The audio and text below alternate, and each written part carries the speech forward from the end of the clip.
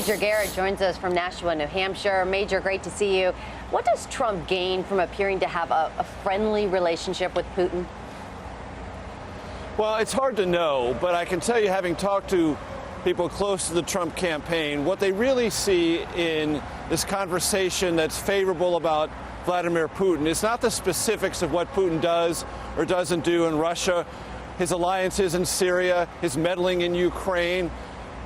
It's about sending a signal about what Trump thinks about Putin as a strong leader in contrast to President Obama. It's almost a proxy for his argument that Obama is a weak leader and Putin is a strong leader. And that's what Trump hopes Republican primary voters get out of this conversation. Not that Trump would be like Putin, not that he thinks everything that Putin does is good for America or necessarily good for the world, but that Putin knows what he wants to accomplish, pursues it with strength, and doesn't really care what other people think on the world stage about what he does on behalf of his country. What Trump wants to do is say, that's the kind of leader I would be as your president, hoping that Republican voters, and he is calculating Republican primary voters and caucus voters, will respond positively to that. One thing I've learned talking to Trump supporters is a lot of times reporters like myself get very wrapped up in the specifics of what Trump says, or the implications specifically of what he's getting at. What the Trump people keep saying is you're missing the big picture. The big picture is, what is the big marquee message that Trump is trying to send to voters? And the marquee message is oftentimes strength, resoluteness, purpose, goals, priorities.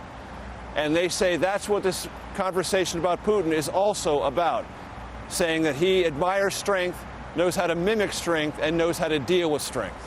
Yeah, those big picture messages seem to be working, except for perhaps in one state, Iowa. We've got February 1st is when the caucus members will be going, the caucuses in Iowa. And what we're seeing is Cruz is still pretty far ahead of Donald Trump. But then I got to wonder, is this something that Donald Trump should be concerned about? And is Iowa even really all that important at this stage? Look, Iowa is important, but it has become less and less important because Iowa has a very mixed record, certainly in Republican caucuses, of picking the likely winner. What Iowa tends to do is pick the most socially conservative Republican in the race, and then other states pick the person most likely to become the nominee. That being said, everyone is competing in Iowa, or at least everyone's trying to compete in Iowa, and certainly Trump is. He has a very good field organizer there, Chuck Lautner, who was Rick Santorum's field organizer in 2012. Trump got Chuck Lautner on his campaign very early on, and they say they're well organized in the state, but so is Ted Cruz, and so I would add is Ben Carson. Ben Carson's numbers have dropped in Iowa, but he has a formidable organization, and if there's any state in the early primary and caucus calendar where Ben Carson can absorb the very noticeable decline he's seen in his poll numbers, it's Iowa. So those, I think, are the three top competitors there. I've been here with Chris Christie in New Hampshire for a full day.